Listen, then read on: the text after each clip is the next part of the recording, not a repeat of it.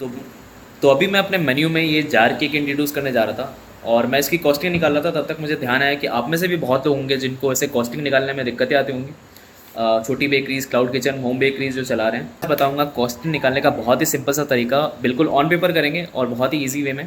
तो आप एक पेन और कॉपी लेके बैठना, देख के घबराने की ज़रूरत नहीं है, बहुत ही सिंपल तरीका है, मैं आपको बताता हूँ। देखो, तो सबसे पहले अपने जार केक में क्या क्या चीज़ें जाती हैं हमें वो देखनी है। तो हमारे जार केक में सबसे पहली चीज़ जाने वाली है इस चॉकलेट स्पंज।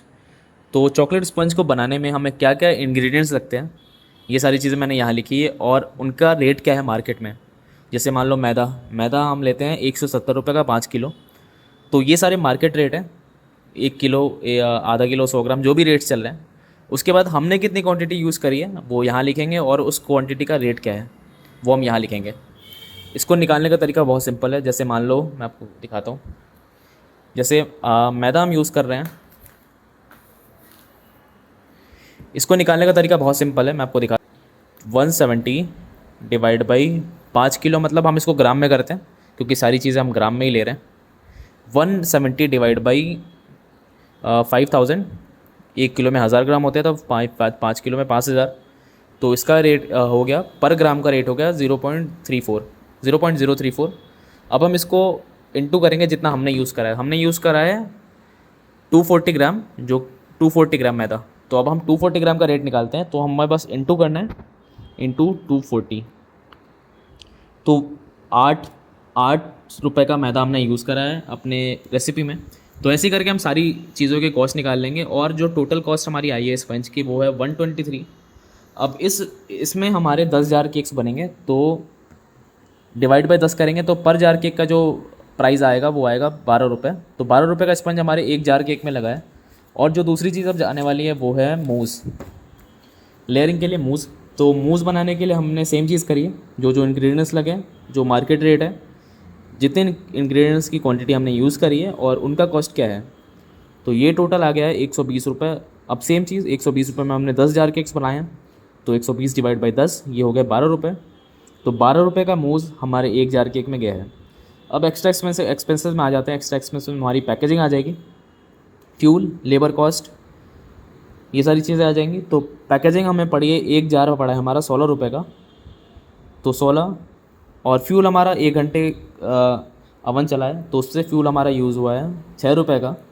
लेबर चार्ज हमारा, मान लो आप किसी की सैलरी 20,000 रुपये है, वो 24 दिन काम करता है महीने में, तो 20,000 डिवाइड बाई 24, 20,000 डिवाइड बाई 24 कर लेंगे सबसे पहले।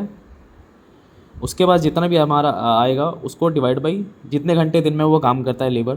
तो जैसे मान लो 12 घंटे काम करता है, तो उससे हम निकाल लेंगे, तो उससे हमारा आएगा कॉस्ट 64 रुपये। तो 64 रुपीज़ 1 घंटे की कॉस्ट है लेबर की। तो इन दोनों को टोटल करने के बाद आएंगे 70 रुपये। तो सेम फिर 70 रुपये लगे हैं 10,000 केक्स को बनाने में, तो 70 डिवाइड बाई 10 7। और चोको चिप मैं भूल गया था, उसको मैंने बाद में ऐड करा है 2 रुपये। तो अब क्या करना है, फाइनल कॉस्ट के लिए हम सारी चीज़ों को ऐड करेंगे। तो हम सारी चीज़ें लिख लेते हैं यहाँ पे। सबसे पहले हमने यूज़ करा है 12.34 रुपये का स्पंज। फिर हमने यूज़ करा है 12 रुपये का मूज़, ये सब एक जार केक के लिए 12 रुपये का मूज़। फिर हमने यूज़ करा है पैकेजिंग के लिए एक जार जिसकी कॉस्ट है 16 रुपये, तो 16 प्लस आपका लेबर कॉस्ट और फ्यूल मिला के होते हैं 70, जिसमें बने हैं 10,000 केक। तो एक जार केक के लिए यूज़ करा है 7 रुपये, और 2 रुपये जो बाद में हो गए तो हम एक्स्ट्रा ऐड कर लेंगे बाद में। तो अब इनको टोटल करते हैं।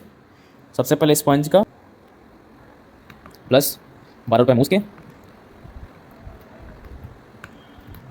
प्लस 16 रुपये एक जार का प्राइस प्लस 7 रुपये, तो हमारा टोटल था 47.34, और प्लस 2 रुपीज़ जो हमने चॉकलेट पे छोड़ दिए थे, तो टोटल 49.34 हमारे एक जार की कॉस्ट है। तो इसको हम राउंड ऑफ करके 50 कर लेंगे, तो हमारे एक जार की कॉस्ट आ रही है अप्रॉक्स 50 रुपीज़। तो बहुत ही सिंपल तरीके से मैंने बताया। अगर फिर भी आपको समझ नहीं आया तो आप मुझे नीचे कमेंट्स में पूछ सकते हो, और भी आपको कोई नॉलेज चाहिए इससे कॉस्टिंग से रिलेटेड तो मुझे डीएम ज़रूर करना मेरे इंस्टाग्राम आईडी पे, जो कि डार्क बाइट्स के नाम से। तो thanks a lot, hit the subscribe button, और ऐसी सारी चीज़ें मैं और भी वीडियोज़ लाता रहूँगा। तो थैंक्स अलॉट।